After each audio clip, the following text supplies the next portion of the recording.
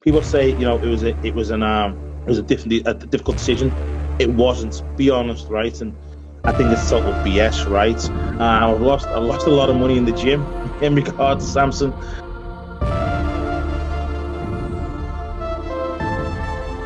What's up, Desktopers? Xavier Wills here for Desktop Bodybuilding, and we are back with another video. And today I'm joined by Nathan De Asha. I thought I'd get a man on that pretty much likes to speak his mind, and we're going to discuss the 2024 Arnold Classic, what went down, and what's been going on with Nathan De Asha. What's up, my man?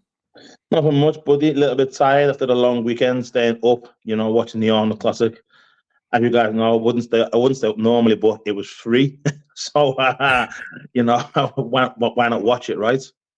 Yeah, that was pretty cool, man. Like, I know that those guys put a ton of money into doing this webcast, and it was nice to have it because you got to see like a lot of really like cool moments, like Jay Cutler winning like the Lifetime Achievement Award. You had obviously Hadi Choopan coming back and probably bringing his best ever. Yeah, and there's tons of things on the webcast as well, man. Like, there's a few things I got to point out which are hilarious. Like, you have even like the men's physique dude who won and like ruined Arnold's suit and was like crying on his chest. Man, stuff like that. So there's a lot of cool moments. So shout out to the Arnold people for putting on that webcast for free. And yeah, it's really cool. But man, I want to get your opinions on a few things because obviously there's a bunch of guys that you know that were in the show, and plus you probably got a bunch of opinions as well. So the Classic Physique, we saw Wesley Vissers take this one out, and that was a shock because everyone was saying, Ramon's going to win it. Maybe Uruz can push him.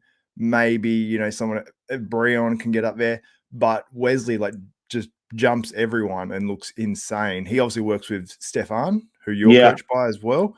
So, man, what did you think about that and him beating Ramon? Because no one thought that was really a possibility. Well, what happened, everyone's seeing Wesley. He was posting every day. He wasn't shy, A lot of the guys, they weren't posting. They're doing this whole hiding thing and keep it under the covers when I think it's total BS, right? Wesley's out there posting all the time. So I knew what he was bringing. But I my heart of hearts thought it was going to be, a two-man show, with yours and Ramon. I think everyone thought that. But then the second, Wesley got called out, he hasn't been given his fair chance in a lineup. He just hasn't, right? He always gets put aside for no reason.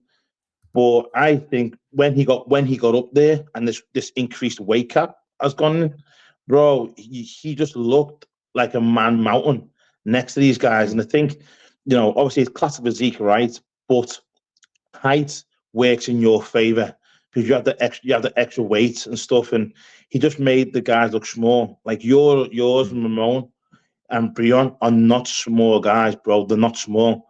And he made them look small. When he opened up, and people are going to criticize him for his waist and stuff and say Ramon's waist was tight, but that's his structure. That's his bone structure. He can't control that. His waist is not blown out. That's just his structure, how you got to go with it. And, in the prejudging, I would have him miles ahead of Ramon and yours. In the evening show, it's like Stefan saying, you've got an Arnold champion winner. Congratulations. And he won it easily, hands down. People say, it was a difficult decision. It wasn't. Be honest, right? And yours is a very, very good friend of mine. And I'm honest, bro. Like it wasn't close. I would say he faded in the evening show. As the rounds went on, Wesley did fade on the round. I think it was the third round of the finals. He faded a little bit. And the only criticism I said to Stefan, and he'll probably tell Wesley, Ramon just done him in the hamstrings and the glutes, done him over. And I think Wesley has them, but when he was posing, he just was letting them loose, was clenching them and then letting them loose to a Ramon and Breon and yours. They were there all the time. So to challenge Shibum, he needs to get the hamstrings a little bit bigger and just keep the legs in that pose. And I believe he's the best man to give, Chris a run for his money, bro. I honestly do. And Chris not being next to someone this big, he always outsizes the guys, but no way really outsized Wesley. No way. No, absolutely. And the thing is, Wesley's, I think, is 6'3", and C-Bum's like 6'1". Even if it's like 1.5 inches difference, it's still a bit, man. And Wesley had like the upper body like pop, like the roundness, like the way the chest shelves off, the delts, like in the back double bicep against Ramon. I was just looking at the arms, shoulders, and I'm like, Wesley's, shoulder is that high, that deep or whatever, and then Ramon's is here, and then the biceps coming up that much more, and I'm like, it's crazy to look at. And I think when, like you said, when Wesley can get those hamstrings and glutes sort of in order and get more of a pop to them, I think he's going to look just so insane, because the fact he's able to beat Ramon and now he's still got these areas he can improve on, it's like that's scary for, C-Bum and everyone else in the division, because, we don't know, this could be C-Bum's last year, and C-Bum might see this as almost like how Dorian came along when Lee Haney was competing. So he had Lee Haney winning Olympias, and Lee Haney was sort of like, yeah, this Dorian guy's coming. And he might have got out at the perfect time. Maybe he went one more year. Maybe Dorian wins it. Maybe he gets 9. Who knows? But for C-Bum, it's like, what does 7 do, but 6 doesn't for him, It's like, that's really right, matter, man. But like, give Wesley his due, bro. Like, he deserved it. I don't think anyone can take that away from him. No one, don't think, I found out some interesting info, actually, before we get on to Open quickly, that Ramon actually only prepped for 6 weeks for this contest, and I think the Olympia prepped for 9 or something. Chris Aceto wasn't there as well, so he sort of had that issue where he maybe... I thought Ramon was dramatically better at the finals than he was at pre-judging. Like, at finals, I'm like, oh, this is close. Pre-judging, I was like, I got Wesley. So I probably had Ramon slightly at finals, but at pre-judging, easily Wesley. So on the judges' scorecards, it was 1 point difference. And I found out that they only judge one score in the Classic. And in the Open, they do 50-50 judging for pre-judging finals. But in the Classic, it's just one score. And that's basically judged at pre-judging. And then I think if it's close or a judge wants to change a decision, they can at finals. But yeah, it's pretty much one score. So maybe if it was like the 50-50 sort of judging, it would have been a different result, possibly. But I'm not too sure. I think it's more... I think honestly both are judged, because it's like, if I want to compare, it was close, right? It was close. Yeah, so it was an awesome competition. But the Open, Hadi Choopan wins, man. He comes back and he brings... Firstly, do you think this was Hadi's best package of all time or not? I think it was as close as the one when he beat myself at the what was it, the Vancouver? I think it was slightly better than that. It was, they were the 2 best Hadis you've ever seen. I think this Hadi was a lot bigger, and it's hard to judge, because the Olympia, he wasn't his best, right? One before that, he wasn't his best as well. But this Hadi, bro, was crazy. It was...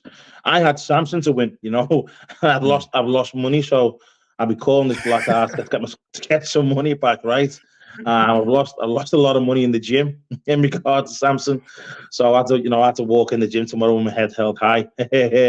But yeah, man, like, Hadi again hadn't shown nothing, nobody, and Samson's out there posing. So I had Samson, bro. I had Samson, Hadi, I had Ramon, then I had James, and then I thought, Keane would have been 5th. I didn't have De La Rosa in it, no way. But John shocked everyone, bro, and massive congratulations to John. But I did have Samson for the win, because again, we hadn't seen Hadi. But then when Hadi walked out, I texted the boys and said, okay, I've lost, and I think Fawad was saying, in regards to Samson's size, would outdo the condition. It just couldn't, bro. The condition was that far ahead.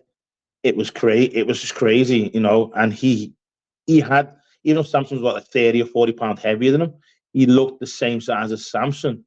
So, it's crazy. But then you think to yourself, imagine if Samson got the condition Hadi suffered how Hadi suffered. Bro, Samson would be unbeatable. Would be fucking unbeatable. It's just Samson's issue is a condition issue. But in the evening, he came back a lot fuller. I didn't like the finals look. I think it was too. He went for fullness. I thought the pre-judging look was better for Samson. I thought personally, because in the nighttime show, he looked about 10, 15 pounds heavier the next day. But I still just Hadi, was miles ahead complete judging. But I think Steve and the guys give the audience a show what they wanted. But like I said, the massive thing for me was De La Rosa getting the 4th spot, and I almost thought Akeem was overlooked, to be honest, bro, because Well, I didn't see. Akeem, I was, Akeem, man. I was confused with the whole Akeem. They had Akeem, then they had Samson, Hadi, and then they had Rafa. Remember the last call outs? So I thought Akeem Yeah. got 4th, and then he got 6th. So I wasn't too sure what was going on there in the judges' minds. Man, But Akeem looked crazy. I got some clarification on that from Tarek El Gindi because I went on the Olympia TV podcast straight after Mr. Olympia, and I asked the question. I said, Tarek, I said, because obviously Akeem was in that last call out at final, so they were looking at him for top 4. Now I've been trying to look up the scorecards to get confirmation on this. I've been on NPC News Online, but for some reason when I click on the scorecards, it says page not found. So haven't been able to get clarification on this officially, but I basically asked him, I said, is it because Akeem was I think he was last call out in the pre-judging, and then he moved all the way up to be in that top 4 comparison, which is wild. So I said, did he place 6th because he was maybe 8th at pre-judging, and then he placed 4th at finals, and we've just gone half of each score, and it sort of landed him in the middle? Yeah. And he said, he basically said, yeah, that's what would have happened, which I actually sort of like, because it's if they were going to judge it all together and like, oh, okay, we'll move this guy up, and it was one score like it is with the Classic, then I get it. You can go, yeah, okay, Keem should be 4th or 5th or something. But yeah, it was basically literally, I sort of like it because it's okay, well, if you completely messed up at prejudging, but hey, you corrected it and was 4th at finals, then okay, you play 6th. So it's at least it doesn't oh, well, it doesn't matter if you look like crap at prejudging, you look good there, or it's okay, well, you looked crap at prejudging and really good at finals. So it's I sort of like that you get a balance between the two. Yeah, you get a chance. It was to confusing for fans. Point, yeah, because the fans, I think, were confused by it. They're like, well, what the hell? He's in the last call crazy. out. Yeah. I thought I was asleep or something. Like, what's going on here? And then he got 6. Like, what the fuck, His arm. So, but at least now that's put that to bed. So I haven't got to worry. Yeah, for sure. So what do you think of Rafa as well? Because Rafa's a guy that I know you've competed against in some of these European shows before, and he's sort of been, coming for a long time now in terms of getting to his best sort of look, where he's had to add that extra size to really make an impression. And I was really impressed with Rafa as well, and I think I thought he was always good, lean towards aesthetics. I thought he was good, but I thought De La Rosa would have. I thought De La Rosa beat him. In some shots, De La Rosa was crazy, man. That's what I thought, bro. De La Rosa, you could see the difference in the muscle. Rafa's look fresh, fresh muscle, and you could see it was new, to where John's just looked, even on the live stream, looked grainy, it looked thick and, old, like that old man looked like it's been there for a long time.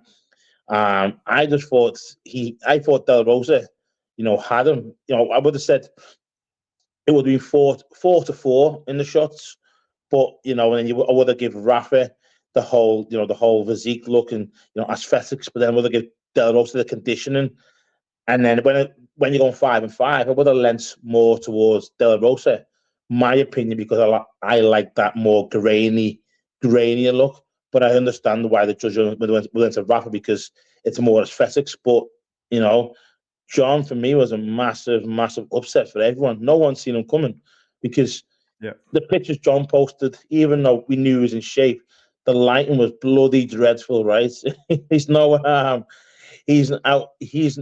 horse MD or Regan, right? Pictures to pick the best lighting. He's doing what you do, bro. He's doing what you do. Just get the video check in. There you go.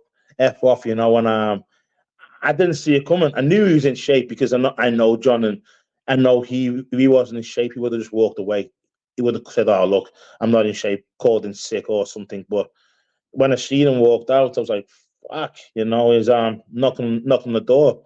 I would have liked to see him get 3rd for his highest ever position. But again, massive congratulations to Rafa, because his first Arnold getting third place is awesome.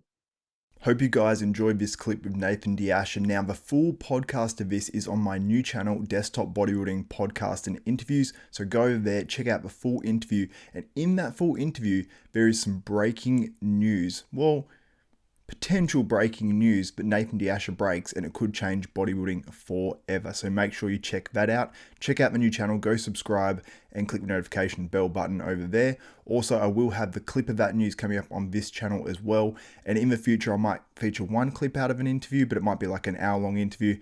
And I'll just feature a small part on this channel, but make sure you go over there. So if you like that long form stuff like podcast interviews, I'm gonna have a lot more over there starting very, very soon. But anyway, guys, that's it for this one. If you did enjoy this, give the video a thumbs up, smash that like button, also subscribe and click the notification bell button. And for myself, Xavier Wills, Nathan De Asha, Desktop Bodybuilding, we are out.